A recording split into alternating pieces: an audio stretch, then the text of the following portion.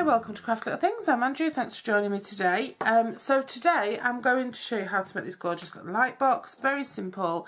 It came about because somebody who had made the blocks for asked if I could make a little framed piece with an initial on for the wall of the baby's nursery, something really simple, and I came up with this to sort of match that theme. I've done a few projects for the same person, so I'm going to share another one of those as well. They wanted this sort of baby block theme in their nursery. So right, all I did was I took the one of the layering squares framelets that's scalloped, and this is the one that measures 3 inches by 3 inches on the outside, so that's 7.6 centimetres square. But the actual piece itself, once it's cut out, the scallop piece measures 2 3/4, which is 7 centimetres squared. And then what I did was I popped that onto a layer of Very Vanilla, which is 3 by 3 inches, so that's 7.6 centimetres squared, and then another piece of Very Vanilla, which is 3 1/8, so 7.9 centimetres squared. The letter is cut from Very Vanilla, and that's the large stitched shape, the large letter framelets, and then it's backed onto a piece of almost 5 by 5. It's 4 7/8 by 4 7/8 by 4 7/8, so 4 7/8 squared. That's 10.5 centimetres of the same cardstock, which is Soft Sky. And like I said, this is retired and I'm using it because I've got loads left, but there are other blues in the Stampin' Up palette that you could use. Balmy Blue would be a nice substitute, and Pool Party is quite similar. That's Pool Party because there's not that much of a difference there. Or if you've got some leftover Soft Sky lying around, or use something that isn't Stampin' Up, it's up to you.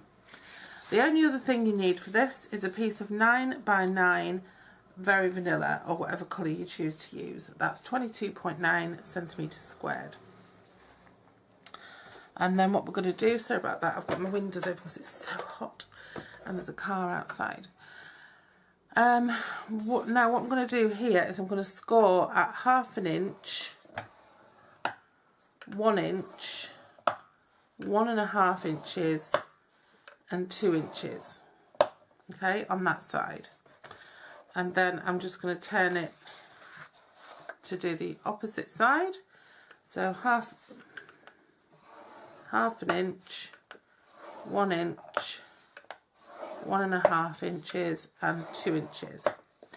And now I'm going to do, because we need to do all 4 sides, but opposite sides are slightly different. So we're going to do the same again, 1/2 inch, 1 inch, 2 inches, 1.5 inches and 2 inches. But this time we're going to go down 2.5 inches, and we're going to go down to the third of our horizontal score lines only, okay? And then we're going to turn, and we're going to go 1/2 inch, 1 inch, 1.5 inches, 2 inch, and then 2.5 down to the third of our horizontal lines only. And then to finish off at 6.5, we're going to go down to the third of our horizontal lines. Got to do that on the other side. So on the other side then, make sure at 6.5 you've gone down to the third of the horizontal lines. Okay. And that's it, lots of scoring. And what you need to do is fold and burnish these. Turn them on their backs.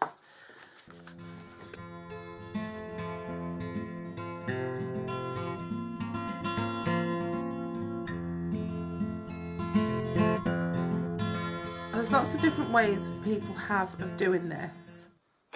And what I'm going to do is I'm just going to show you my way. So these whole sections of 16 squares can come off.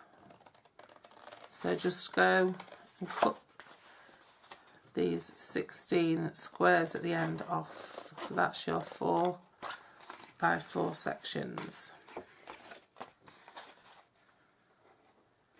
4 by 4 1/2-inch boxes you've got on each end. Cut them off. Some people, like I said, some people don't do it this way. Don't cut down your line where it just goes down the 3 lines of your scoring. You're just cutting off the 16 on the corners and leaving that 1 score line there.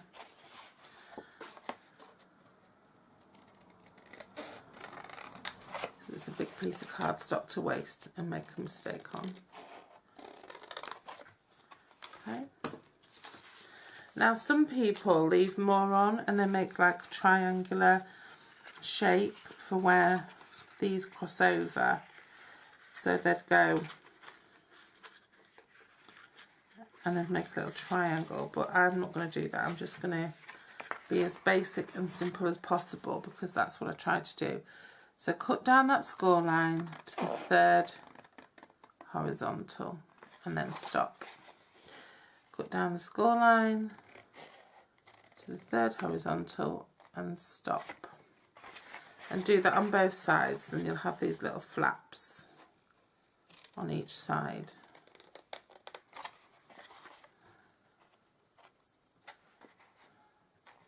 Couldn't see my line then.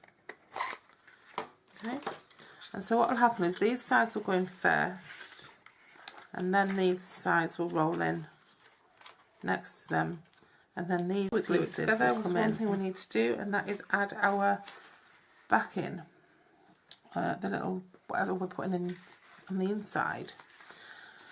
So I'm just going to get this and put some glue on to hold it in place.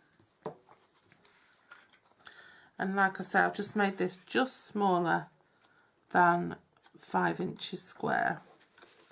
And just make sure that it's straight. Okay.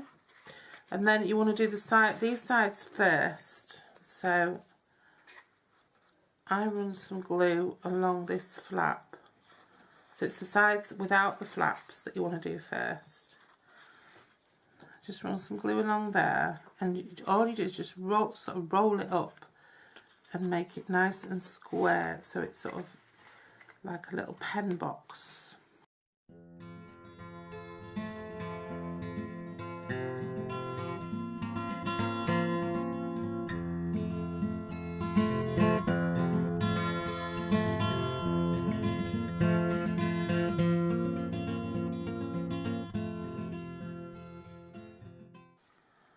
You can pop them in like box lids, if you like, closures, and glue them on. Or you could, if you wanted to, you could just cut across. So I'll just show you both options. So if you cut across from that corner to that corner and you just glued it down, you would get a nice finish there. Okay, so I'm just going to do that.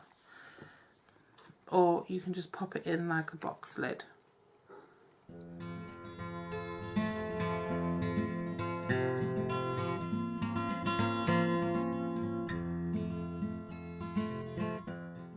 And that's it, simple as that. Isn't that cute? And like I say, do your corners however you want. You can stuff them in, you can cut them across, you can do that other thing where you cut across before you fold, whatever. And do make sure you get your little block in the right place, because mine's a little bit off to the it's a bit off to one side. But yeah, that's that.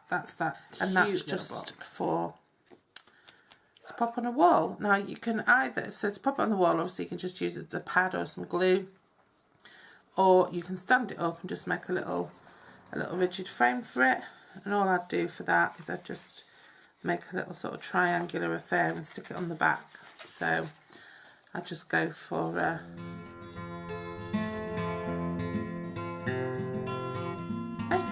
so if you you want to know what I did for that, I just took a piece of 1 1/4" cardstock, which measures 8 1/4, and I just scored it at 1 1/2 and 5, and then I just folded it over like so, just to make the stand. I mean, you could further decorate it if you wanted. You could put little flowers or little baby cutouts in the corners. There's some lovely new baby things from Stampin' Up, but that's basically it. And you can use whatever colour, you can use different coloured papers or card, whatever, and you know, you can create.